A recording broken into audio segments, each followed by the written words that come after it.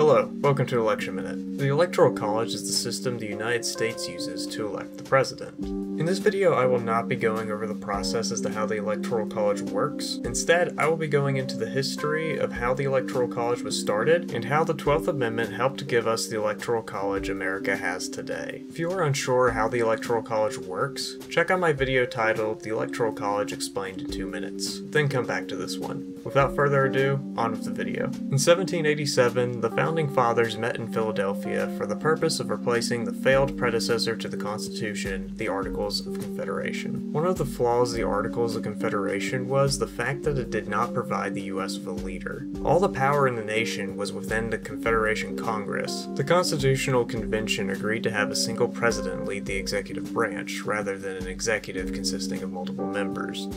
But how is this president to be elected? Different ideas were thrown around, but there were two ideas that stuck out the most. One suggested the president be elected through Congress with no ability to run for re-election, and the other suggestion was that the president be elected by a nationwide popular vote with no term limits. A compromise was made, and that compromise is known as the Electoral College, a system where each state is given a certain number of electors, and each state chooses their electors via popular vote or through their state legislatures. A candidate who received a majority of these electors is declared the winner. Originally, each elector was required to cast 2 votes for president. The first vote would go to one candidate and the other to someone outside of their home state. Whoever would place second would become the vice president. Though the presidential election results of 1788 to 1789 are typically displayed like this, the actual results look more like this.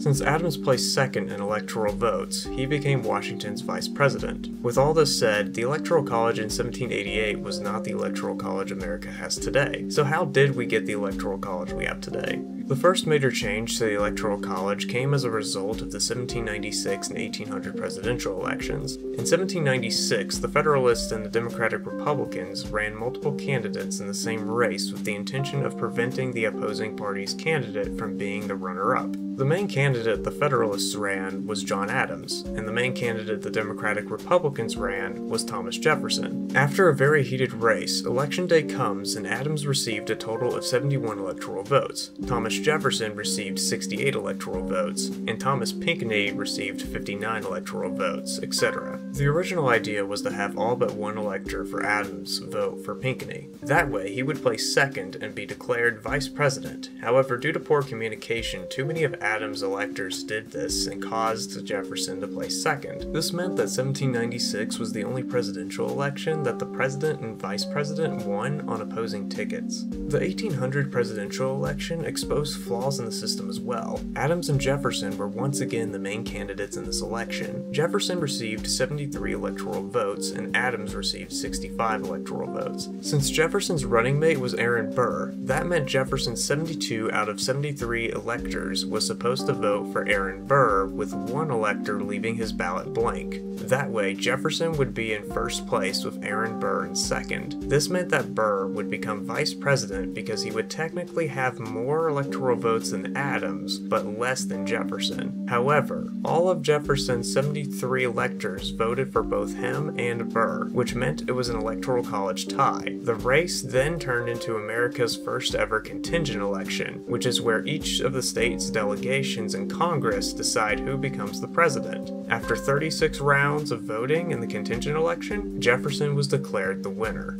It was these two back-to-back incidents that led to the ratification of the 12th Amendment in June 15, 1804, that requires electors to cast their votes for the presidency and vice presidency separately. Due to this change, presidential candidates now run with the vice presidential candidate of their choosing. Election Minute out.